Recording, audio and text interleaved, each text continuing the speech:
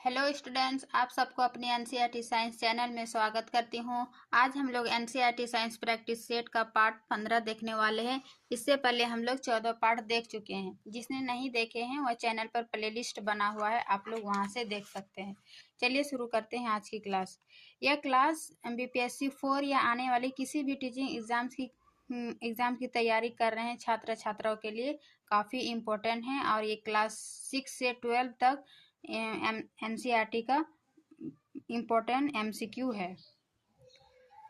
चलिए, कल की क्लास हम क्वेश्चन नंबर 40 तक देखे थे, आज हम क्वेश्चन नंबर 41 से देखेंगे। क्या है, निम्नलिखित में से कौन सही सुमेलित नहीं है।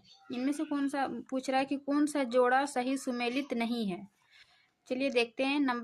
नंबर संधि शोध। संधि शोध में क्या होता है कि जोड़ों में यूरिक अम्ल का जमना, या फिर दूसरा है अस्थि सुरिस्ता। ये क्या है, एस्ट्रोजन स्तर में कमी, या फिर अपतानिका यानी शरीर में कैल्शियम आयनों की कमी, या फिर पेशीय दुष्पोषण जो कि कंकाल पेशी का अनुक्रमित अपहासन है।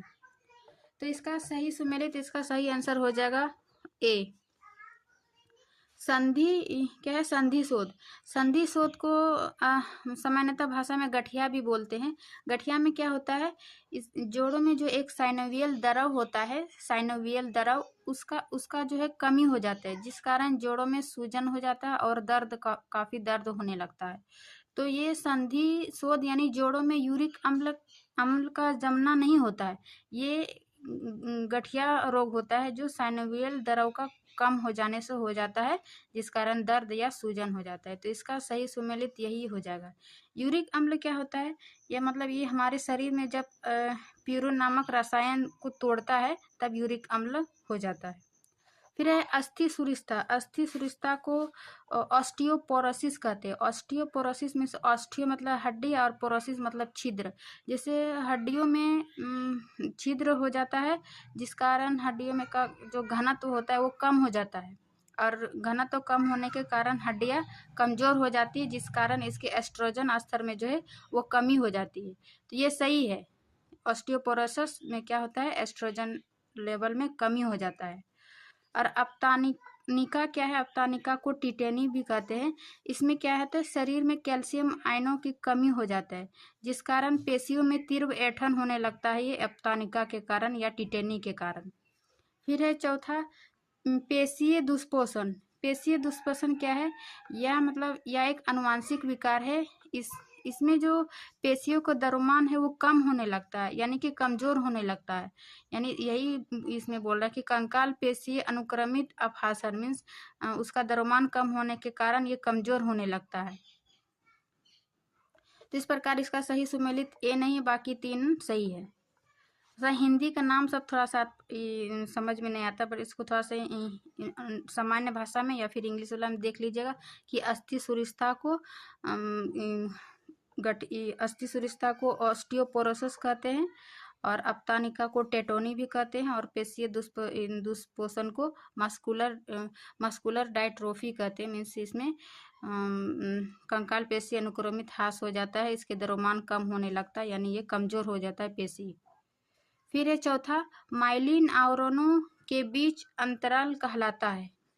माइलिन आवरण कहाँ बनता है, तो ये जो तंत्रिका तंत्र की जो इकाई है न्यूरॉन, ये उसका पार्ट है माइलिन। देखते हैं कि माइलिन कहाँ बनता है। देखिए, ये जो तंत्रिका तंत्र की इकाई है न्यूरॉन, तो ये केंद्रक है, ये कोशिका है, ये द्रुमिका है, जो कि यहाँ आपका पाठ में भी दिया है। लेकिन माइलिन जो है तंत्रिकाक्ष या एक्सोन के बीच जो उभरा हुआ रचना है, जो मतलब ढका हुआ है, इसको श्वसन सेल कहते हैं। और इस श्वसन में जो है माइलिन नामक सीट बनाती है। जैसे ये दिख रहे हैं लाइन, ये माइलिन सीट बनता है। ये दो माइलिन सीट के बीच के जो यहाँ पर गड्ढा जैसा रचना है, इस गड्ढा जैसे रचना को रेनवियर के नोड कहते हैं। यानी क्वेश्चन यहाँ यही पूछ रहा था कि माइलिन आवरणों के बीच अंतराल कहलाता है, तो दो माइलिन आवरणों के बीच के अंतराल को रेनवियर के नोड कहते हैं। अच्छा समझ लीजिए कि ये तंत्रिकाक्ष है। तंत्रिकाक्ष जो ये कवर किया हुआ रहता है ये श्वान सेल कहलाता है। इस श्वान सेल में माइलिन शीट बनाती है, जैसे ये लंबा लंबा रचना, तो ये शीट बनाती है। और ये माइलिन दो शीटों के बीच की रचना को रेनवियर की नोड कहते हैं। ये रेनवियर की, तो इसका आंसर हो जाएगा रेनवियर के नोड। और दुमरक्षा हो गया ये डेंड्रॉन, जो कि जहाँ से संदेश ग्रहण करते हैं। फिर ये हो जाएगा केंद्रक, ये तंत्रिका कोशिकाएं। और तंत्रिका का अंतिम सिरा यानी सिनेप्टिक पुटिका क्या है, तंत्रिका कोशिका के अंतिम सिरा में ये सिनेप्टिक पुटिकाएं पाई जाती है। ये क्या करता है, इसमें न्यूरोन नामक ट्रांसमीटर न्यूरो ट्रांसमीटर नामक रसायन पाया जाता है, जो कि जैसे संदेश आते हैं उसी के अनुसार ये स्रावित होता है और विद्युतीय संदेशों को रसायन संदेश में बदल करके दूसरे न्यूरॉन में बदल देते, दूसरे न्यूरॉन को मतलब मिलता है। तो इस प्रकार ये सिनेप्टिक पुटिका तंत्रिका का अंतिम सिरा में पाया जाता है। तो 42 का आंसर हो जाएगा डी। फिर परमस्तिष्क गोलार्ध किसके द्वारा जुड़ी होती है। परमस्तिष्क गोलार्ध, जैसे मस्तिष्क का हम पार्ट बताए कि 3 पार्ट होता है, अग्र मस्तिष्क, मध्य मस्तिष्क और पश्च मस्तिष्क। तो अग्र मस्तिष्क को ही परमस्तिष्क कहते हैं। इसमें जो है परमस्तिष्क में 2 गोलार्ध पाए जाते हैं। ये 2 गोलार्ध को सेरिबरम हेमिस्फीयर कहते हैं। और ये दो गोलार्ध को जिससे जुड़ी होती है, जिस पट्टी से, उस पट्टी को कार्पस कैलोसम कहते हैं। समझे, गोलार्ध 2 गोलार्ध जिससे जुड़ी होती है उसको कार्पस कैलोसम कहते हैं। इस प्रकार इसका आंसर हो जाएगा कि परमस्तिष्क गोलार्ध किसके द्वारा जुड़ी होती है, तो इसका आंसर होगा कार्पस कैलोसम। और मेनिंजेज क्या है, मेनिंजेज मस्तिष्क का भाग है जो कि मस्तिष्क और रीढ़ की हड्डी को जो ढकने वाली परत होती है, इसको मेनिंजेज कहते हैं। इसमें 3 लेयर होता है, एक है ड्यूरा मैटर और एरेक्नोइड मैटर और पिया मैटर। तो यहाँ पर भी वही एरेक्नोइड मैटर है, यानी ये मेनिंजेज का ही ये लेयर है। और एक कार्पोरा क्वाड्रिजेमिन जो है ये भी मस्तिष्क का ही भाग है। फिर आगे चलते हैं 44 नंबर। क्या है, श्वसन हृदय परिसंचारी या प्रवर्तन और पाचक रसों के स्राव का नियंत्रण केंद्र है। जैसे कि हम मस्तिष्क का ही पार्ट में देखें कि पश्च मस्तिष्क में पोन्स और मेडुला ऑब्लाटेंगा पाया जाता है। ये मेडुला में क्या है, जितना भी अनैच्छिक क्रिया है जैसे श्वसन, हृदय, पाचक रस का स्रावन, ये सब अनैच्छिक क्रिया सब मेडुला नियंत्रित करता है। ये तो कितना बार क्वेश्चन आ गया। तो इसका आंसर होगा मेडुला ऑब्लोंगेटा। और थैलेमस जो है ये ठंडा गर्म को नियंत्रित करता है। हाइपोथैलेमस जो है वो भूख ताप नियंत्रण को नियंत्रित करता है। और पोन्स ये मेडुला का ही भाग है। फिर 45 नंबर, निम्नलिखित कथनों पर विचार करें। क्या है, वृद्धि हार्मोन यानी जीएच ग्रोथ हार्मोन के अतिस्राव से अतिकायकता होता है, या फिर वृद्धि हार्मोन के अल्पस्राव से वामनता होता है। सत्य कथन का चयन करें। वृद्धि हार्मोन से क्या होता है, वृद्धि हार्मोन के स्राव से या तो अत्यधिक स्राव से बहुत लंबा हो जाता है, या फिर उसकी कमी से बोनापन हो जाता है। तो यहाँ पे यही पूछ रहा है कि वृद्धि हार्मोन के अति स्राव से यानी अत्यधिक स्राव से क्या होता है, अतिकायकता, मतलब असामान्य वृद्धि हो जाता है, बहुत ज़्यादा लंबा हो जाता है। तो ये कथन सही है। फिर वही वृद्धि हार्मोन की अल्प स्राव से यानी उसकी कमी से क्या होगा, वृद्धि हार्मोन के कमी से वामनपन आ जाएगा। इसी को मतलब वामनता कहते हैं। ये हिंदी तो वामनता या फिर बोनापन हो जाता है। इस प्रकार सत्य कथन का चयन करें। इसका 45 का सी हो जाएगा, 1 और 2 दोनों सत्य है। फिर हम देखते हैं 46 नंबर, मादा में प्रसव एवं दूध के स्राव को प्रेरित करने वाला हार्मोन। ये हार्मोन के बारे पूछ रहा है कि मादा में जो प्रसव एवं दूध के स्राव के लिए प्रेरित करने वाला हार्मोन क्या है। इसका आंसर हो जाएगा ऑक्सीटोसिन हार्मोन। ये ऑक्सीटोसिन हार्मोन मादा के प्रसव एवं दूध के स्रावन को प्रेरित करने वाला हार्मोन है। और ये ल्यूटेनिक हार्मोन क्या है, ल्यूटिनाइजिंग हार्मोन, इसको LH, यानी ये क्या करता है कि जैसे नर में टेस्टोस्टेरोन है और मादा में एस्ट्रोजन है, तो वो मतलब हार्मोन स्रावित करता है। जैसे नर में टेस्टोस्टेरोन हार्मोन स्रावित करता है और मादा में एस्ट्रोजन, तो ये ल्यूटेनाइजिंग हार्मोन स्रावित करता है। और वो एंड्रोजन हार्मोन क्या है? एंड्रोजन हार्मोन ये सेक्स हार्मोन है। जैसे मादा में जो इसमें एंड्रोजन हार्मोन दोनों में पाया जाता है, नर और मादा में, इसको सेक्स हार्मोन भी कहते हैं। और फिर मेलानोसाइड जो हार्मोन है, मेलानोसाइड जिस नाम से ही पता चलता है कि मेलानिन नामक जो पिगमेंट होता है जो हमारे त्वचा में रंग मतलब रंग को नीमन करता है, गोरा काला, ये मेलानिन नामक पिगमेंट तय करता है। तो ये मेलानोसाइड हार्मोन ही उसको क्रिया करता है, मेलानिन नामक पिगमेंट में। तो इसका 46 का हो जाएगा सी। फिर है 47 का, कौन सा हार्मोन शुक्राणु निर्माण में प्रेरक की भूमिका निभाता है? इसमें पूछ रहा है कौन सा हार्मोन शुक्राणु निर्माण में प्रेरक निभाता है, तो इसका आंसर हो जाएगा एंड्रोजन। क्योंकि ये जो एक सेक्स हार्मोन है जो पुरुष और महिला दोनों में पाया जाता है, तो यहाँ शुक्राणु यानी मेल में, तो इसका आंसर ये हो जाएगा एंड्रोजन। फिर टेस्ट्रोजन, ये भी नर हार्मोन है, और एस्ट्रोजन और प्रोजेस्टेरोन ये दोनों मादा हार्मोन है। ये एस्ट्रोजन क्या करता है? ये महिलाओं में यौन और प्रजनन विकास के लिए जरूरी होता है, और प्रोजेस्टेरोन जब यौनारंभ शुरू होता है तो उसमें जो लक्षण होता है ये प्रोजेस्टेरोन हार्मोन के कारण होता है। तो इस प्रकार ये इसका आंसर हो जाएगा एंड्रोजन। और याद रखिएगा ये दोनों मादा हार्मोन, ये नर हार्मोन। फिर है रक्तदाब को कम करने में सहायक हार्मोन।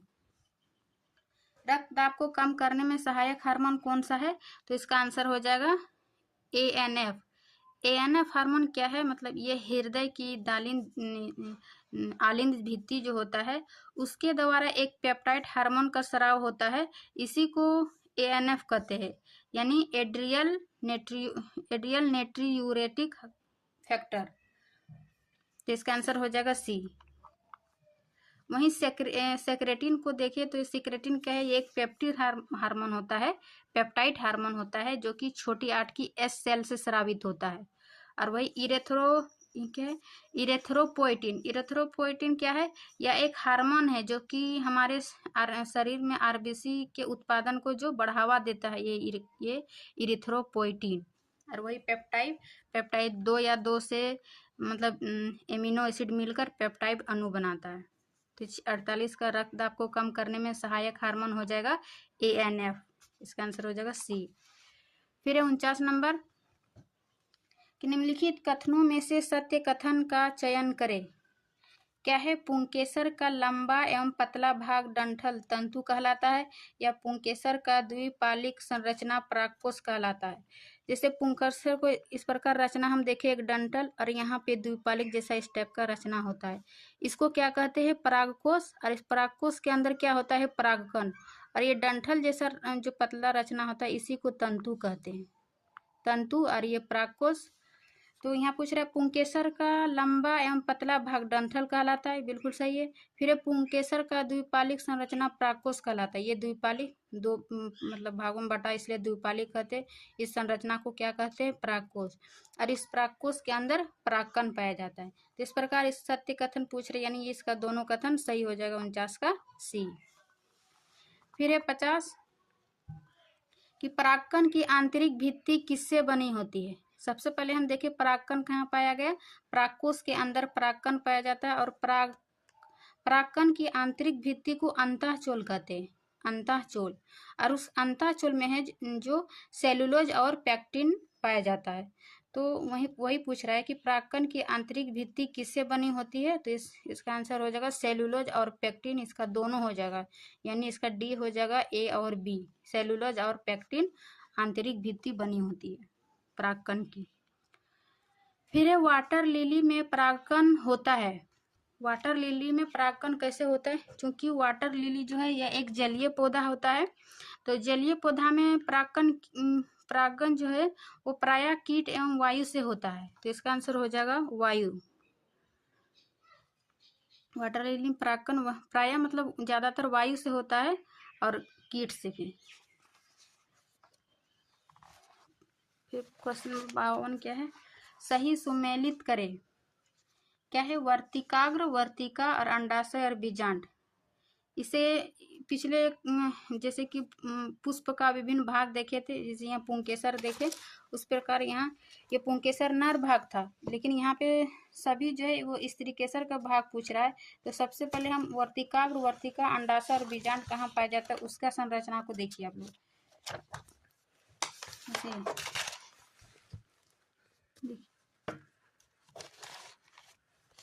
ये पुष्प का स्त्री केसर भाग है, जो यहाँ पे परागकण है, यहीं पे जो उभरा हुआ भाग है तो ये वर्तिकाग्र कहाएगा। और ये डंठल जैसा रचना पतली, ये वर्तिकाग्र है। और यहीं पे जो उभरा हुआ भाग है ये अंडाशय, और अंडाशय के अंदर बीजांड पाया जाता है। यही चार पूछ रहा है कि वर्तिका क्या है, तो वर्तिकाग्र क्या हो जाएगा, परागकणों का अवतरण मंच। जो यहाँ पे परागकण है ना, उसी का अवतरण मंच, ये इसका ए का 3 हो जाएगा। फिर है वर्तिकाग्र, वर्तिकाग्र क्या है, पतला भाग, दीर्घीकृत पतला भाग, यानी ये जो डंठल जैसा रचना है, ये क्या है, वर्तिकाग्र। फिर वही अंडाशय, अंडाशय क्या है, आधार पर उभरा हुआ भाग, ये अंडाशय आधार से मतलब नीचे से उभरा हुआ भाग को अंडाशय कहते हैं, और इसी के अंदर ये बीजांड पाया जाता है। और फिर बीजांड है अपराग से उत्पन्न बीजाणुधानी। इस प्रकार इसका 52 का आंसर हो जाएगा बी नंबर। वर्तिकाग्र का परागकणों का अवतरण मंच, फिर वर्तिका का दीर्घकृत पतला भाग, अंडाशय आधार पर उभरा हुआ भाग, और बीजांड अपरा से उत्पन्न बीजाणुधानी, यानी बीजांड अंडाशय के अंदर बीजांड पाया जाता है। तो 52 का हो जाएगा इसका बी आंसर। फिर है 53, भ्रूण निष्क्रियता की दिशा कहलाती है। क्या है, भ्रूण निष्क्रियता की दिशा कहलाती है। मतलब भ्रूण निष्क्रियता क्या है जानते हैं, जैसे कि कोई भी बीज जो होता है उसके अंदर आवरण पाया जाता है, उस आवरण में जो है वो बीजांड छोटा छिद्र होता है जिसको बीजांड द्वार कहते हैं। जैसे कि चना में ही हम गौर से देखेंगे, उस बीजावरण के अंदर बाहर एक छोटा सा छिद्र होगा, जिसको उसको अंकुरन, बीज अंकुरन के समय जो है उससे उस छिद्र से ऑक्सीजन और जल पहुंचता है, उसी ऑक्सीजन और जल से वो बीज अंकुरित हो जाता है। लेकिन जब बीज में जल की कमी हो जाता है किसी कारणवश, तो वो बीज क्या होगा, शुष्क हो जाएगा, यानी सूख जाएगा।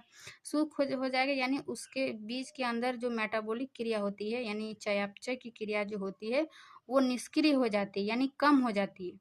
तो इस प्रोसेस को जो है वो प्रसूति कहते हैं, यानी जो बीज का जो मेटाबॉलिक क्रिया है वो निष्क्रिय हो जाती है, या तो खत्म हो जाती है या कम हो जाती है, इस क्रिया को प्रसूति कहते हैं।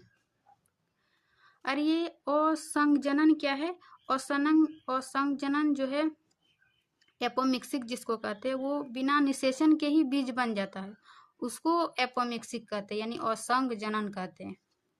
और ये बैगिंग और विपुंसन ये कृत्रिम तकनीक है। बैगिंग मतलब क्या होता है, ये मतलब प्लांट को ये कृत्रिम प्रजनन करवाता है, कृत्रिम प्रजनन करने की एक विधि है बैगिंग के माध्यम से। बैगिंग इसको क्यों नाम दिया, क्योंकि इसके वर्तिकाग्र का फूल का जो अभी वर्तिकाग्र दिखाएं, तो वो वाला भाग जो है इसको बैग या पॉलीथीन से ढक दिया जाता है, ताकि वो दूसरा कीट या वायु द्वारा उसको मतलब निषेचन नहीं कर पाएगा। इसके लिए क्या करते हैं, जब ये मैच्योर हो जाता है वर्तिकाग्र, तब मतलब उसमें दूसरा परागकण से निषेचन कराया जाता है। इस प्रकार से जो नया उत्पन्न होता है, मतलब अपने इच्छा के अनुसार प्लांट प्राप्त होता है, और वो जो प्राप्त होता है वो उच्च गुणवत्ता वाला प्लांट होता है। इसीलिए बैगिंग एक कृत्रिम तकनीक है, कृत्रिम प्रजनन की, पौधा को कृत्रिम प्रजनन करने की। और वही जो विपुंसन है, ये भी क्या करते हैं, ये परागकण की एक तकनीक है, कृत्रिम परागकण करने की एक तकनीक है। इस प्रकार इसका आंसर बी हो जाता है। फिर है 54, हम देखते हैं कि नीचे दो कथन दिए गए हैं, जिनमें से एक को कथन ए एवं दूसरे को कारण आर कहा गया है। क्या है कथन, घास एक असंजनन पादप है, उसका कारण असंजनन में बीज निषेचन से प्राप्त होता है। तो अभी हम देखें इसका ऑप्शन में असंजनन क्या है, जो बिना निषेचन से बीज बनता है। तो घास भी एक असंजनन पादप है, ये सही है।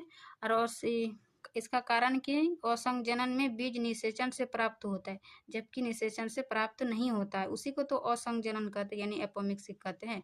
तो इसका आंसर हो जाएगा ए कथन सही है, जबकि आर कथन असत्य है। तो इसका हो जाएगा 54 का सी। ए सत्य है परंतु आर असत्य है। फिर हम देखते हैं 55 नंबर कि विरेचन किस धानी में होता है। विरेचन क्या है, यह एक मतलब पुरुष अंग है जो कि विरेचन कोष में होता है। विरेचन कोष को इसको इंग्लिश में स्क्रोट्रम कहते हैं। इसका आंसर हो जाएगा स्क्रोट्रम यानी विरेचन कोष। फिर ये ऑप्शन देख लेते हैं, वास डिफरेंस या टेस्टिकुलर लोब्यूलस या एपिडिडिमिल। एपिडिडिमिल क्या है, ये विरेचन से जो शुक्राणु को इकट्ठा करता है, ये एपिडिमिल।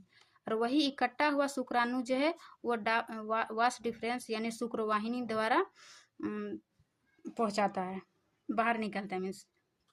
फिर है टेस्टिकुलर लोब्यूल। ये क्या है, विरेचन में बहुत छोटे छोटे कक्षा पाया जाता है, इसी को विरेचन लोब्यूल कहते हैं। और एक विरेचन में सैकड़ों लोब्यूल्स होते हैं, जैसे कि नर जनन तंत्र का देखिए एक फिगर, ये है शुक्रवाहिना, ये विरेचन जिस थैला में रहता है उसको विरेचन कोष कहते हैं यानी स्क्रोट्रम। और ये शुक्रवाहिनी के माध्यम से शुक्राणु इकट्ठा होता है, कहाँ पे बताए, इंटेस्ट्रियल सेल एपिडिडिमिस में इकट्ठा होता है और ये शुक्रवाहिनी के माध्यम से जाता है। तो ये था नर जनन तंत्र का चित्र। फिर है क्वेश्चन नंबर 56, एंड्रोजन हार्मोन किससे स्रावित होता है। तो एंड्रोजन हार्मोन जो है वो सेक्स हार्मोन होता है जो पुरुष और महिलाएं दोनों में पाया जाता है। तो ये किससे स्रावित होता है, तो इसका आंसर हो जाएगा इंटरस्टिशियल सेल से ये स्रावन होता है। और ये जो वास डिफरेंस है, ये वास इफेरेंशियल, ये शुक्रवाहिनी होता है जो शुक्राणु को ले जाता है। और वही सर्टोली सेल जो है ये शुक्राणु और शुक्र जनन के उत्पादन में जो है वो अहम भूमिका निभाता है, ये सर्टोली सेल। तो 56 का हो जाएगा ए। फिर 57 का कि निम्नलिखित कथनों पर विचार करें। क्या है, सेमिनल प्रोस्टेट ग्रंथि से स्रावित होता है। और दूसरा है सेमिनल में कैल्शियम तथा एंजाइम पाया जाता है। तो सेमिनल प्रोस्टेट ग्रंथि जो है नर का ही भाग है और ये सेमिनल से प्रोस्टेट ग्रंथि स्रावित होता है और सेमिनल में जो है कैल्शियम तथा एंजाइम पाया जाता है।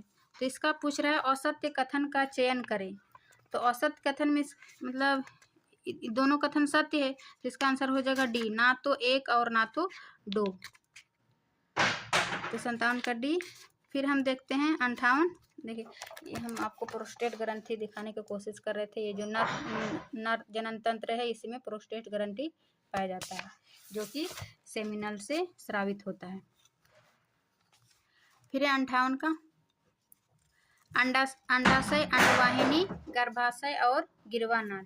तो अंडाशय, अंडवाहिनी, गर्भाशय और गिरवानाल ये सभी जो है वो मादा जनन तंत्र का भाग है। जैसे कि अंडवाहिनी जिसको फ्लैपिंग ट्यूब कहते हैं, ये है अंडाशय, ये है गर्भाशय और ग्रीवा और योनि। ये अंडवाहिनी जो है यहाँ अंडाशय के से शुरू होता है और यहाँ योनि तक आता है। इसकी लंबाई जो है वो 10 से 12 सेंटीमीटर है। तो इसका यही दिया है कि अंडाशय का क्या कार्य है। तो अंडाशय जो है वो स्टेरॉइड हार्मोन का स्राव करता है अंडाशय। वही अंडवाहिनी जो है इसके आकार कितना बताया, 10 से 12 सेंटीमीटर लंबा होता है। और एक गर्भाशय जो है इसकी आकार दिया हुआ है कि इसकी आकार जो उल्टी नाशपाती जैसा है। जैसे नाशपाती को आप लोग देखें, ये गर्भाशय का आकार कैसा है, उल्टी नाशपाती के जैसा। फिर है गिरवानाल। गिरवानाल क्या है, गिरवा जो है यही गिरवा जो है गिरवा की गुहा को ही गिरवानाल कहते हैं, यानी जिसको सर्वाइकल कैनल कहते हैं, जो योनि के साथ मिलकर मतलब जन्म नाल यानी बर्थ कैनाल की रचना करते हैं। तो ये क्या, बर्थ कैनाल का भाग कौन सा हो जाएगा, गिरवानाल। इस प्रकार 58 का हो जाएगा 3, 4, 2, 1 यानी 1 नंबर ए इसका आंसर हो जाएगा 58 का। फिर शुक्राणु के किस भाग में माइटोकॉन्ड्रिया पाया जाता है। तो सबसे पहले शुक्राणु को मतलब संरचना को थोड़ा सा देख लीजिए कि किस भाग में माइटोकॉन्ड्रिया पाया जाता है। शुक्राणु को जो 3 भाग में बांटा है। जैसे कि ये वाला भाग हो जाता है शीर्ष, जिसमें कि जीवद्रव कला पाया जाता है, एक्रोसोम पाया जाता है, केंद्रक पाया जाता है, और यहाँ पे थोड़ा सा धसा हुआ ये गिरवा हो गया। फिर ये मध्य का भाग, ये शीर्ष, मध्य भाग और ये पूंछ, 3 भाग होता है। तो शीर्ष में ये सब पार्ट देख लिए, और मध्य में क्या होता है, ये यहीं पर माइटोकॉन्ड्रिया पाया जाता है। और ये माइटोकॉन्ड्रिया का क्या कार्य है कि ये तैरने के लिए, जो चूंकि माइटोकॉन्ड्रिया को ऊर्जा का घर कहते हैं, तो ये तैरने के लिए क्या करता है, ये ऊर्जा देता है। और पूंछ जो ये गति करने में सहायक है। अंतिम में इसमें तंतुमय अवस्था पाया जाता है। यहाँ पर दूरस्थ तारक केंद्र पाया जाता है और यहाँ पर समीपस्थ तारक का केंद्र पाया जाता है। तो ये है शुक्राणु की संरचना। उसमें पूछ रहा है कि शुक्राणु में माइटोकॉन्ड्रिया कहाँ पाया जाता है, तो इसका आंसर हो जाएगा मध्य खंड में मध्य भाग में। और शीर्ष का भाग का एक्रोसोम, केंद्रक, जीवकला, पूंछ देखिए गति करने में सहायक। और ये गिरवा जो है ये मादा रिप्रोडक्टिव का भाग था, मादा जनन तंत्र का। फिर है 60 नंबर, निम्नलिखित कथनों में असत्य कथन का चयन करें।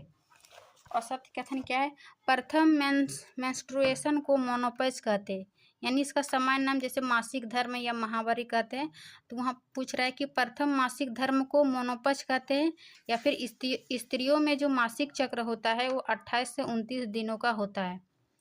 इसमें क्या पूछ रहा है, असत्य कथन का चयन करें। तो प्रथम बार जब मासिक धर्म होता है तो उसको ऋतुस्राव या फिर रोजोधर्म कहते हैं, जो मतलब इसको यौना आरंभ में ही जो शुरुआत होता है प्रथम बार, तो उसको रजोधर्म या ऋतुस्राव कहते हैं। लेकिन यहाँ लिखा है मोनोपॉज। मोनोपॉज जब मतलब ये मासिक धर्म खत्म हो जाता है, यानी जब लगभग 45 से 50 वर्ष में ये लगभग बंद हो जाता है, तो इसको मोनोपॉज या फिर रोजोनोविरिति कहते हैं। तो ये प्रथम मोनोपॉज कहते हैं, ये गलत है। और फिर स्त्रियों में जो मासिक चक्र है, ये मासिक चक्र मतलब क्या बोलते हैं, एक महीना से 28 से 29 दिनों में लगभग ये दोहराता है। तो ये सही है, 28 से 29 दिन मासिक चक्र होता है, जबकि ये प्रथम मासिक चक्र होता है उसको रजोधर्म कहते हैं। तो इसका असत्य कथन केवल 1 हो जाएगा 60 का, और 2 नंबर सत्य है। तो ये था आज का लास्ट क्वेश्चन। उम्मीद करती हूँ कि ये वीडियो अच्छी लगी होगी आप लोग को। वीडियो को लाइक एंड सब्सक्राइब ज़रूर कर लीजिए। मिलते हैं नेक्स्ट क्लास में, तब तक के लिए थैंक यू।